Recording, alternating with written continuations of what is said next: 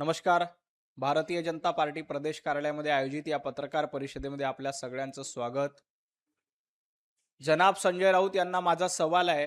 2023 ला महिला आरक्षण विधेयक जेव्हा संसदेमध्ये पारित होत होतं, तेव्हा संजय राऊत गांजा ओढत बसले होते का? जनाब संजय राऊत जेव्हा 2023 ला हे विधेयक पारित झालं, तेव्हा त्या विधेयकामध्ये अट होती की ज्या वेळेला लेटेस्ट सेन्सेस म्हणजे 2023 नंतर येणारी जनगणना याच्या आधारावर महिला आरक्षण विधेयक आणि डिलिमिटेशन विधेयक लागू होईल. जर आपण 2023च्या विधेयकाचा दाखला घेतला तर 2034 पर्यंत महिला आरक्षण विधेयक लागू करता येणार नाही. 2023 ला डिलिमिटेशन विधेयक मंजूर झालं, 2023 ला महिला आरक्षण विधेयक देखील मंजूर झालं, परंतु त्यातली अट अशी होती की जोपर्यंत लेटेस्ट जनगणना होत नाही, 2023 नंतर जनगणना होत नाही, तोपर्यंत महिला आरक्षण विधेयक आणि डिलिमिटेशन विधेयक लागू होणार नाही. आता 2023च्या विधेयकामध्ये सुधारणा करण्यासाठी आम्ही 2026 ला पुन्हा विधेयक संसदेमध्ये मांडलं, तर त्याला विरोध केला. संजय राऊत, तुम्ही 2023 ला देखील महिला आरक्षणाच्या विरोधामध्ये होता, परंतु तुम्हाला माहित होतं की 2023 ला एनडीए कडे पूर्ण बहुमत आहे.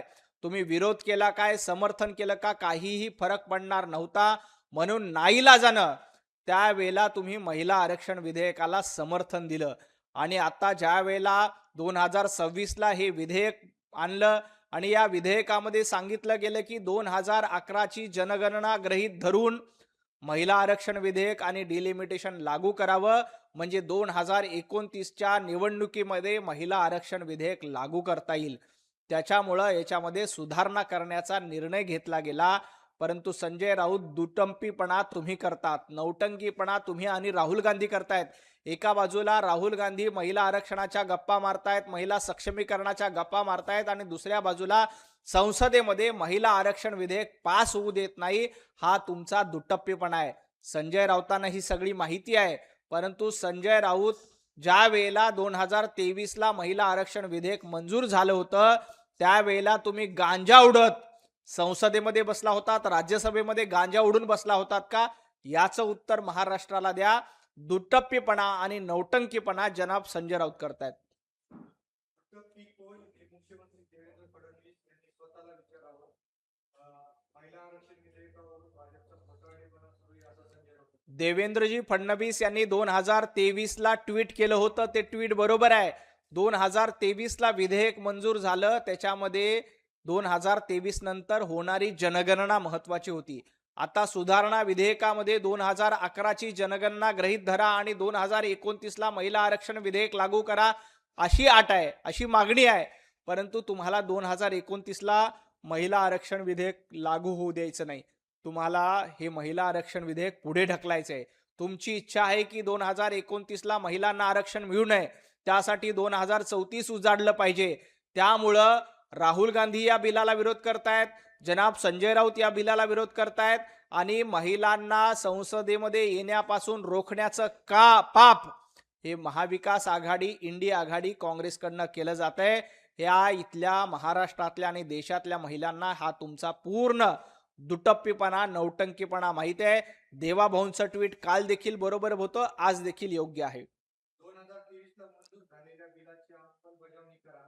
आताच्या महिला आरक्षण विधेयकात डिलिमिटेशन बिल घुसवले. आताच्या महिला आरक्षण विधेयकामध्ये डिलिमिटेशन बिल घुसवलेलं नाही. 2023 ला देखील डिलिमिटेशन मंजूर झालं, 2023 ला देखील महिला आरक्षण मंजूर झाले.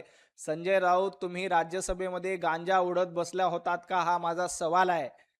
मुळामध्ये महिला आरक्षण विधेयक 2029 ला लागू करायचं असेल तर आपल्याला 2011ची जनगणना गृहीत धरावी लागेल. त्यामुळं आपण त्याच्यामध्ये सुधारणा करण्यासाठी हे विधेयक पुन्हा संसदेमध्ये आणतोय. परंतु संजय राऊतांना नौटंकीपणा करायचा आहे, त्यांना महिलांना आरक्षणात द्यायचं नाही. महिला विरोधी भूमिका घेण्याचं काम काँग्रेस करते, राहुल गांधी करतायत, संजय राऊत करतायत. त्यामुळं 2029 ला हे महिला आरक्षण विधेयक लागू होणार नाही, कारण जनगणना 2023 नंतर झालेली नाही. जनाब संजय राऊत, 2034 ला हे आरक्षण लागू होईल. त्यामुळे 2029ला आरक्षण लागू करायचं असेल, महिलांचा सन्मान करायचा असेल, महिला खासदार जर का संसदेमध्ये येऊ द्यायचे असतील तर तुम्हाला हे विधेयक मंजूर करावं लागेल. अन्यथा तुम्ही नौटंकीबाज, दुट्टप्पीबाज, कावेबाज आहात, महिला विरोधी आहात, हे पुन्हा एकदा उघड होईल. मोदींनी गुजरातमध्ये चहा विकल्याचा पुरावा द्यावा. ते जे दावा करतात ते रेल्वे स्टेशन अस्तित्वात नव्हतं. त्या बाललीला आहेत त्यांच्याबद्दल दंतकथा ठेवल्या जातात. संजय राऊत, दंतकथा काय असतात आणि तुमच्या जंतकथा काय आहेत महाराष्ट्र बघतोय. तुमची पोटदुखी होते कारण तुमच्या पोटामध्ये जंत झालेले आहेत. त्यामुळं पंतप्रधान नरेंद्र मोदीजींनी चहा विकला का नाही हे गुजरातच्या जनतेला माहिती आहे, देशातल्या जनतेला माहिती आहे. चहा विकणारा या देशाचा पंतप्रधान होतो. आणि जनाब संजय राऊतांना माझा सवाल आहे, तुम्ही दाऊदची कॉलर पकडली होती. दॉल दा दा दाऊदची कॉलर पकडलेला व्हिडिओ किंवा फोटो जनाब संजय राऊतांकडे आहे का? संजय राऊतांनी दावा केला होता की मी दाऊदला घाबरत नव्हतो, दाऊदची कॉलर पकडली होती. संजय राऊतांनी एक दाऊदची कॉलर पकडलेला फोटो महाराष्ट्रातल्या जनतेला सांगावा की मी दाऊदची कॉलर पकडली. ही कुठली जंतकथा आहे? पंतप्रधान नरेंद्र मोदीजी वडनगरच्या स्टेशनवर चहा विकत होते. हे गुजरातच्या जनतेला माहिती आहे, त्यांच्या बालपणीच्या मित्राला माहिती आहे. आणि त्यांच्या बाललीला बघण्यापेक्षा आपण आपल्या काळ्या लीला काय आहेत ते महाराष्ट्राला सांगा. तुमच्या काळ्या लीला महाराष्ट्रानं बघितलेल्या आहेत आणि तुमच्या पोटामध्ये दुखतंय, त्यामुळे तुम्हाला दंतकथा नाही तर जंतकथाची गरज आहे. तुम्हाला पोटामध्ये जंत जास्त झालेत, त्या जंतावर उपाययोजना करा. राहुल गांधी पुढे निघून गेले आहेत. त्यांच्याशी स्पर्धा करू नका. काल मुख्यमंत्र्यांच्या कार्यक्रमाला हास्यदिवाळी होती असा आरोप केला. राहुल गांधी खरंच खूप पुढे निघून गेलेत. त्यांना या देशाचं नेतृत्व नाही तर अंतराळाचं नेतृत्व करण्याची संधी संजय राऊत मिळणार आहेत. कारण भारतातल्या लोकांनी राहुल गांधींना 99 वेळेला नाकारलंय, त्यांना घरी बसवलंय, त्यांना 99 जागा देखील निवडून आणता आल्या नाहीत. त्यामुळं आता राहुल गांधी खरंच संजय राऊत सांगतायत त्याप्रमाणे खूप पुढे निघून गेलेत आणि ते आता अंतराळाचं नेतृत्व करणार आहेत. जगाचं नाही, अंतराळाचं, परग्रहाचं नेतृत्व करण्याची संधी राहुल गांधींना मिळणार आहे. राहुल गांधीचं कर्तृत्व काय आहे? 99 निवडणुकीमध्ये ज्यांना यश मिळालं नाही, 99 निवडणुकीमध्ये ज्यांना रिलॉन्च करण्याचा प्रयत्न झाला परंतु एकदाही ते रिलॉन्च होऊ शकले नाही, अशा राहुल गांधींचं किती कौतुक करणार? राहुल गांधींची भूमिका महिला विरोधी आहे. एका बाजूला पुण्यामध्ये पैसो की गुंज नावाचा कार्यक्रम घ्यायचा आणि महिलांचं सक्षमीकरण घ्यायचं आणि दुसऱ्या बाजूला शहाबानो प्रकरणात महिलांचे हक्क हिरावून घ्यायचे, याला दुटप्पीपणा म्हणतात. जेव्हा राहुल गांधींचं सरकार होतं तेव्हा किती महिलांना मंत्री केलं? राहुल गांधींनी किती महिलांना संधी दिली? राहुल गांधीमध्ये हिंमत असेल तर प्रियंका गांधी यांना काँग्रेसचं अध्यक्षपद द्या आणि मग महिला सक्षमीकरणाच्या गप्पा मारा. या देशात अनेक कार्यकर्ते सामान्य घरातून आले आहेत. त्यात आश्चर्य काय असा सवाल राहुल. सर्वसामान्य घरातून कार्यकर्त्यांना संधी देणारा एकमेव पक्ष भारतीय जनता पार्टी आहे. राहुल गांधी कुठल्या सर्वसामान्य घरातनं आलेत? उद्धवजी ठाकरे कुठल्या सर्वसामान्य घरातनं आलेत? आदित्य ठाकरे कुठल्या सर्वसामान्य घरातनं आलेत? याचं उत्तर जनाब संजय राऊत महाराष्ट्राला द्या. पण भारतीय जनता पार्टीतले शेकडो नेते, मग ते देवेंद्रजी फडणवीस असतील, पंतप्रधान नरेंद्र मोदीजी असतील, अमित भाई शाह असतील, योगी आदित्यनाथ असतील, असे शेकडो नेत्यांची नावं घेता येतील ज्यांना कुठलीही राजकीय पार्श्वभूमी नाही. ते सर्वसामान्य कुटुंबातून आलेत आणि या देशाचं नेतृत्व करतायत. राहुल गांधी कुठल्या सर्वसामान्य कुटुंबातून आलेत? राहुल गांधींना सोनिया गांधींचा मुलगा म्हणून किंमत आहे, राजीव गांधींचा मुलगा म्हणून किंमत आहे. आणि काँग्रेसचा इतिहास बघितला तर पंडित जवाहरलाल नेहरू, मग इंदिरा गांधी, मग राजीव गांधी, राजीव गांधी नंतर सोनिया गांधी, सोनिया गांधी नंतर राहुल गांधी, हा घराणेशाहीचा इतिहास तुमचा आहे. भारतीय जनता पार्टी सर्वसामान्य कार्यकर्त्यांना संधी देते. जनाब संजय राऊत काँग्रेसमध्ये कुठल्या सर्वसामान्य माणसाला संधी दिली एकदा सांगा. सामान्य घरातून येणारा व्यक्ती असं वागत नाही. फडणवीस धर्मात वाद लावत आहे असा आरोप राहुल. देवाभाऊ कुठल्याही धर्मात वाद लावत नाही तर देवाभाऊ महाराष्ट्राला पुढे घेऊन जाण्याचं काम करतात. देवेंद्रजी फडणवीस यांनी काल नागपूरमध्ये तरुणाईसोबत संवाद साधला आणि राहुल गांधींची कॉपी करण्याची आम्हाला गरज नाही.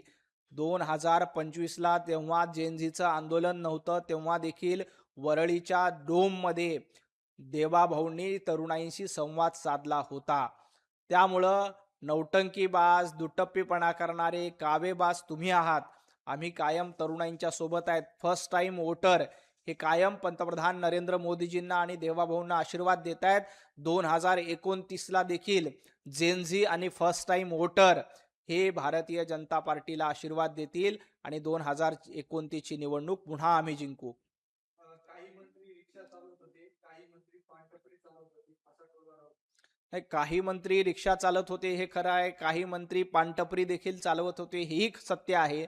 परंतु संजय राऊत, तुम्ही भांडूपच्या गाढव नाक्यावर बसून ज्या वेळेला दलाली करत होतात आणि दलाली करत राजकारणामध्ये आलात, तुम्ही भांडूपच्या गाढव नाक्यावर बसून जुगाराच्या अड्ड्यावर बसत होता. हा इतिहास तुम्हाला माहिती आहे. जुगाराच्या अड्ड्यावर बसून आलेले संजय राऊत आहेत. तर रिक्षा चालवून सर्वसामान्य कुटुंबातून आलेले अनेक मंत्री आहेत आणि सर्वसामान्य कुटुंबातल्या लोकांना न्याय देण्याचं काम हे भारतीय जनता पार्टीने केलंय. तुम्हाला ते जमणार नाही. तुम्ही भांडूपच्या गाढव नाक्यामध्ये जुगाराचे पत्ते पिसत होतात. हे याचा इतिहास सगळ्यांना माहिती आहे. संजय राऊत भांडूपच्या गाढव नाक्यावर बसून जुगाराचे पत्ते पिसत होतात. हा तुमचा इतिहास आहे. तर सर्वसामान्य कुटुंबातून भारतीय जनता पार्टीचं नेतृत्व घडवणं हा आमचा इतिहास आहे. सामान्य रिक्षा चालकांना मराठी शिका असा आग्रह केला जातो, मग कॉर्पोरेटवाल्यांना मराठीचा आग्रह करणार काय? महाराष्ट्रामध्ये सर्वांना मराठी आली पाहिजे. मग सामान्य रिक्षा चालक असो, कॉर्पोरेटचे लोक असो किंवा अन्य काही असो. फक्त संजय राऊत, माझा सवाल आहे की तुम्ही ही गोष्ट राज ठाकरेंना सांगणार आहेत का? राज ठाकरे मोठ्या मोठ्या सेलिब्रिटीला आपल्या कार्यक्रमाला बोलवतात, हिंदीमध्ये भाषणं करायला लावतात. त्यांना एकदा मराठीत भाषण करायला लावा. तुम्ही देखील, तुमचे देखील अनेक इंडस्ट्रीमधले, फिल्म इंडस्ट्रीमधले, हिंदीमधले मित्र आहेत. त्यांना मराठीमध्ये एकदा बोलायला लावा आणि मग इतरांना ज्ञान पाजळा. अमरावती दुर्घटना राहुल गांधी किंवा नेहरूंमुळे झाली का, असा सवाल संजय. अमरावतीची दुर्घटना अतिशय गंभीर आहे. या प्रकरणात मुख्यमंत्री माननीय देवेंद्रजी फडणवीस साहेबांनी चौकशीचे आदेश दिलेत. जे दोषी आहेत त्यांच्यावर कारवाई केली जाईल. कोणालाही सोडलं जाणार नाही. अमरावती दुर्घटनेमध्ये दुर्दैवानं 3 मुलांचा मृत्यू झाला. या प्रकरणात स्वतः देवाभाऊंनी चौकशीचे आदेश दिलेत आणि या प्रकरणात जे कोणी दोषी असतील त्यांच्यावर कारवाई केली जाईल. शालेय पोषण आहाराचा ठेकेदार हा सर्वपक्षीय आहे, त्याच्यावर कारवाई करा असं म्हटलं. शालेय पोषण आहाराचा ठेकेदार जेव्हा उभाटा गटाचं सरकार होतं तेव्हा देखील त्यालाच ठेकेदारी दिली जात होती. जेव्हा उद्धवजी ठाकरे मुख्यमंत्री होते तेव्हा तुमचे ठेकेदार कोण होते? तुमच्या ठेकेदाराकडनं किती कोटी रुपयाचं कमिशन घेतलं आणि मातोश्री 2 कसं बांधलं, याचं उत्तर संजय राऊतांनी द्यायला पाहिजे.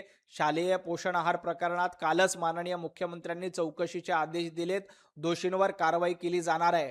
परंतु तुम्ही खिचडीमध्ये घोटाळा केला, तुम्ही कफनमध्ये घोटाळा केला. कोविडच्या काळामध्ये कामगारांना वाटणाऱ्या खिचडी खाणारे तुम्ही. तुमचा इतिहास सगळ्यांना माहिती आहे. कमिशन खोरीवर भांडूपचं घर बांधलंय, मातोश्री 2 बांधली. हे देखील महाराष्ट्रातल्या जनतेनं ओळखलेलं आहे. कुंभमेळ्यातील 1% रक्कम शाळांवर खर्च करा. कुंभमेळ्यात दलाली केली जाते आणि ती चंपतराव यांच्या खिशात जाते असा आरोप. संजय राऊत, संपतराव राऊत तुम्ही आहात. महाराष्ट्र संपवण्याचं काम, उभाटा गट संपवण्याचं काम तुम्ही केलंय आणि काँग्रेसची दलाली करणं, काँग्रेसकडनं कमिशन घेणं हा तुमचा धर्म झालाय. त्यामुळं कुंभमेळ्यावर टीका करू नका. कुंभमेळा हा हिंदूंचा सण आहे. हिंदूंच्या पवित्र सणामध्ये, हिंदूंच्या पवित्र उत्सवामध्ये लाखो भाविक अतिशय निर्मळ मनानं गोदावरीच्या काठावर येणार आहेत. परंतु तुम्हाला हिंदू एक झालेला नकोय. तुम्हाला हिंदू जाती जातीमध्ये फुटला पाहिजे, जाती जातीमध्ये विभागला पाहिजे, हे तुमचं षडयंत्र आहे. त्यामुळं तुम्ही कुंभमेळ्याला विरोध करतायत. परंतु एक लक्षात घ्या, ज्यांनी ज्यांनी कुंभमेळ्याला विरोध केला त्यांचं राजकारण संपलं. अखिलेश यादव यांनी कुंभमेळ्याला विरोध केला होता, त्यांचं राजकारण संपलं. आज त्यांची काय अवस्था झाली बघा. उभाटा गटाने आणि जनाब संजय राऊतांनी जर कुंभमेळ्याला विरोध केला तर त्यांचं राजकारण संपल्याशिवाय राहणार नाही. त्यांचं राजकारण देशोधडीला लागेल. त्यांच्या पक्षाची देखील वाट लागेल. कारण तुम्ही हिंदूंना विरोध करतायत. ज्यांनी ज्यांनी हिंदूंशी पंगा घेतलाय त्यांचा कार्यक्रम झालाय, हे जनाब संजय राऊतांनी ध्यानात ठेवावं. आणि राहिला प्रश्न शाळेचा, तर शाळेमध्ये सुधारणा करणं, शाळांना अनुदान देणं, तुमच्या काळामध्ये एकाही शाळेला अनुदान दिलं नाही, तर देवेंद्रजी फडणवीस साहेबांनी हजारो शाळांना अनुदान देऊन पुन्हा एकदा शाळा सुरळीत केल्या, शाळा चांगल्या केल्या. आज निश्चितपणे ग्रामीण भागामध्ये काही शाळांची दुरावस्था आहे, परंतु ते सुधारण्यासाठी सरकार कटिबद्ध आहे आणि त्यासाठी सरकार प्रयत्न करते. खूप खूप धन्यवाद.